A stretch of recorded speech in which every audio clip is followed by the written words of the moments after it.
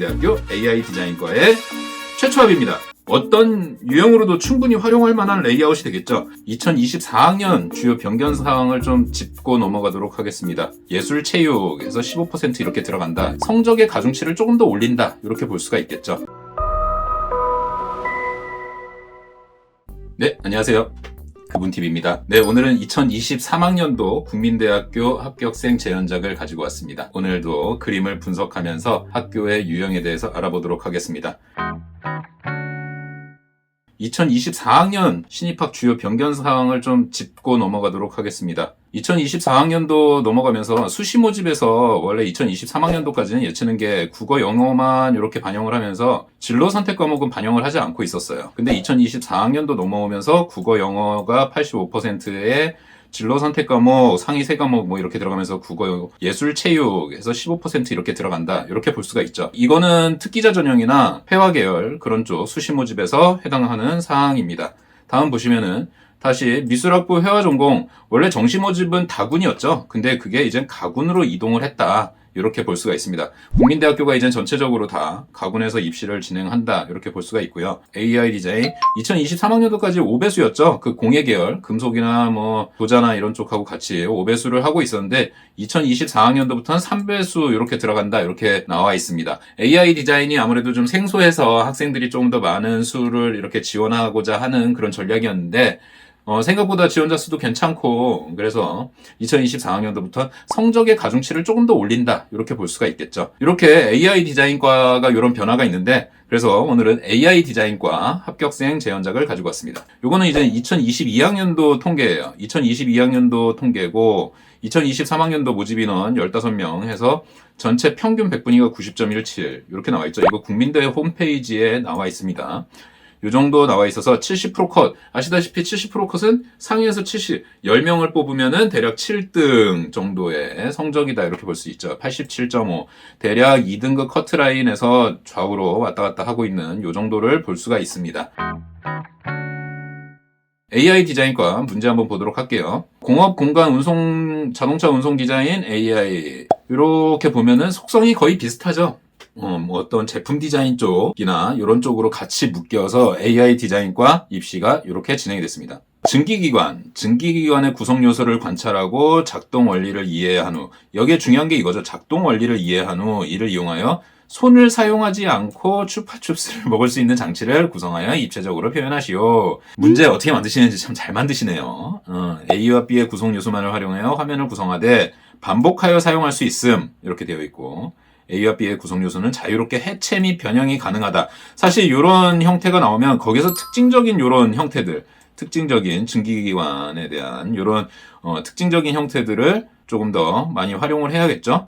제공된 재료만을 사용하는데 재료가 뭐냐, 뭐 줬냐. 드디어 형광펜이 나왔어요. 형광펜. 재작년 이렇게 실기대회 때 형광펜이 나오면서 사실 학원이나 학생들한테 형광펜에 대한 트레이닝이 굉장히 많이 됐는데 그 다음 그 당해년도에 형광펜이 나오지 않았죠. 그래서 재료가 한번 실기대회 때 테스트를 하고 그 해가 아니라 그 다음해나 다다음해 이렇게 나오는 그 정도가 나올 수 있습니다. 지난번에 제가 한번 포스팅을 하면서 재료 좀 신경 써달라 그렇게 이야기를 했는데 요번에 색연필 이거 괜찮았어요. 스테들러 게 나왔죠. 이게 왜 그러냐면은 여태까지 많이 나오던 지구촌 그 돌돌이 색연필 같은 경우는 잘 미끄러져요. 그래서 형광펜이 올라가고 나서 그 위에 색연필 쓰기가 굉장히 좋지 않았거든요. 근데 요번에 이 스테들러 색연필을 주면서 형광펜 위에 그라데이션 효과나 이런 것들 사용하기가 굉장히 용이했습니다. 그래서 형광펜하고 굉장히 매칭이 좋은 그런 재료로 나왔습니다. 지금 보통 대학교 과정에서 보면은 어떤 제품 렌더링이랑 이런 걸 할 때 유성 마카를 사용하고 그 위에 색연필을 많이 사용을 하거든요. 근데 지구촌 색연필은 너무 미끄러워서 그게 잘 안 먹는 그런 타입이었는데 지금 요런 매칭은 굉장히 좋았다. 국민대 칭찬한다. 이렇게 볼 수가 있습니다. 그래서 이 사탕을 손을 안 대고 어떻게 먹을 수 있는가? 그림 한번 보도록 하겠습니다. 이렇게 그림을 그렸습니다. 국민대학교 시험을 보고 와서 이런 유형의 문제가 나왔을 때 학생들이 많이 얘기를 해요. 이거를 기계적 구조로 해서 어떤 제품 디자인 형식으로 만들어야 되는가? 아니면 이렇게 클로즈업을 한 다음에 기초 디자인의 컴포지션을 가지고 이렇게 그려도 되는가? 그것 때문에 좀 혼돈이 많이 있고 그런데 지금 이 친구 같은 경우는 어떻게 보면 좀 약간 기초 디자인의 컴포지션을 많이 활용해서 들어간 타입이죠. 어쨌든 자신이 보여주고자 하는 것만 또렷하게 보여준다면 큰 차이가 없습니다. 자기가 자신감 있게 자기가 보여주고자 하는 목적성만 있다면 큰 차이가 없다. 요거는 기억해 주셨으면 좋겠습니다. 자, 지금 이 친구 같은 경우에는 평소에 그림을 준비할 때 좀 정직한 친구였어요. 그래가지고 그림을 정확하게 이렇게 풀어나가는 과정이나 이런 거는 굉장히 충실하지만 조금은 밋밋한 스타일의 그림을 그리던 친구였거든요. 그래서 이 친구가 시험 보러 갈 때 좀 저도 부탁을 많이 했어요. 그림 그릴 때 좀 더 맵고 짜게 그리자. 맵고 짜게 그린다는 게 다른 게 아니라 보여주고자 하는 표현력이나 이런 것들이 충분히 부각될 수 있게끔 그렇게 그림을 좀 그리고 오자. 너무 정답에만 맞추면서 그려서 그림이 오히려 표현력도 잘 안 보이고 자신의 장점도 잘 안 보이고 이런 것보다 좀 더 과감하게 자신의 표현력을 강조할 수 있고 자신의 장점을 잘 보일 수 있게끔 그렇게 그림을 끌고 가자라고 좀 많이 얘기를 했는데 이야기한 것을 반영을 해서 나름대로 이 사탕의 이런 비닐 뜯어지는 면 갔다 와서 그러더라고요. 아, 자기 비닐 표현이나 이런 것들을 진짜 열심히 했다. 근데 참 열심히 충실하게 잘해준 것 같아요. 그래서 뭐 이거 평가장에서 봤을 때 그래도 나름대로 어떤 이런 자연스러운 표현 이런 것들이 어느 정도 시선을 끌지 않았나 그렇게 생각을 합니다. 이 친구가 이제 면접 과정에서 이 그림을 전개한 과정을 좀 설명을 해줬어요. 그래서 자기는 사탕을 먹을 때 이 추파춥스가 잘 안 뜯어지는 거, 껍질이 잘 안 뜯어지는 거, 그게 조금 문제가 있었고, 그리고 또 입에 넣었을 때 이걸 좀 씹어 먹는데도 좀 힘들다. 그런 것들. 그래서 여기에서 기계 장치가 여기에서 톱니바퀴가 회전을 하면서 이 추파춥스의 봉투를 잡고 붙잡고 뜯어내고 있고, 여기에서 이런 또 기계가 들어와서 추파춥스의 사탕을 좀 이렇게 깨트려줘서 먹을 때 조금 더 용이하게 자기는 자신의 경험을 좀 담아서 그렇게 전개를 했다고 합니다. 나름대로 시험장에서 이 정도 고민을 하고 자기가 또 보여주고 싶은 거 임팩트 담고 이런 거 굉장히 그래도 평정심을 가지고 열심히 그렸죠. 다음 그림 구조 한번 보도록 할게요. 마찬가지로 이 친구가 그렇게 맵고 짜게 자신의 표현력을 강조하기 위해서 자 메인에 어떻게 메인 포인트 빵 가운데 쳤죠. 그래서 가운데 강하게 자신감 있게 포인트를 넣습니다. 그러고 나서 여기서 구조축이 이쪽으로 뿅 들어가면서 시선을 끌고 들어가서 여기에 서브 이렇게 해서 나는 이 봉투를 뜯어내는 그러니까 손을 대지 않고 그런 포장지를 벗길 수 있다라는 설명을 하고 있습니다. 다음 자신이 잡고 있는 포인트 이쪽에서 치고 들어가면서 거기에서 깨트리는 효과 이렇게 나타내고 있죠. 당연히 메인에서는 이런 비닐 뜯어지는 거 이런 표현력 열심히 보여주고 있죠. 자 이렇게 해서 주제부 만들었어. 그 다음 뭐 해야겠죠? 이거 뭐 기초 디자인 베이스로 가고 있으니까 공간 봐야겠죠? 공간 어떻게 여기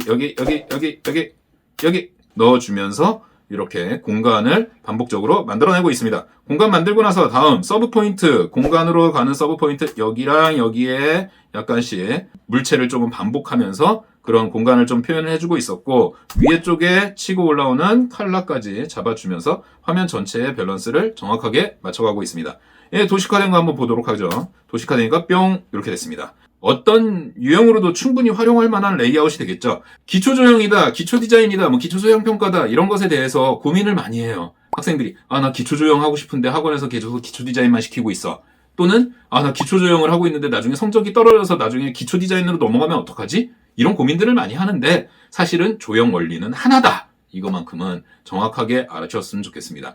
자기가 보여주고자 하는 주제 물체 포인트 강조하는 법, 거기에다 공간을 만드는 법, 거기에서 서브 포인트들이 움직이는 법, 이거는 형태 조형이나 공간 조형이나 어떤 제품 디자인이나 다 똑같습니다. 걱정하지 않으셨으면 좋겠습니다. 다시 완성작 볼게요. 지금 방금의 이런 구조를 보시고 이렇게 보면은 그림이 훨씬 더 잘 읽히죠? 우리 채널의 목적입니다. 요 정도를 하면서 국민대학교 AI 디자인과의 최초합입니다. 예비 이런 거 아니고요. 최초합으로 합격했습니다. 축하합니다. 학교 생활 열심히 하시기 바랍니다. 네, 오늘 국민대학교에 대해서 알아봤습니다. 마찬가지로 여러 학원에서 지금 많이 제보 합격생 재현작들 제보를 많이 주고 계세요. 꾸준히 우리 채널에 맞춰서 그림 분석하는 내용 거기다 간간히 지난번 말씀드린 것처럼 어떤 입시 제도가 돌아가는 데 대해서 조금 더 학생들을 대변하고 지금 이 교육 시스템을 좀 대변해서 이야기할 수 있는 것들 섞어가면서 그렇게 채널 계속 만들어 가도록 하겠습니다. 구독, 좋아요, 알림 부탁드리고요. 네, 다음 시간에 다시 뵙겠습니다. 감사합니다.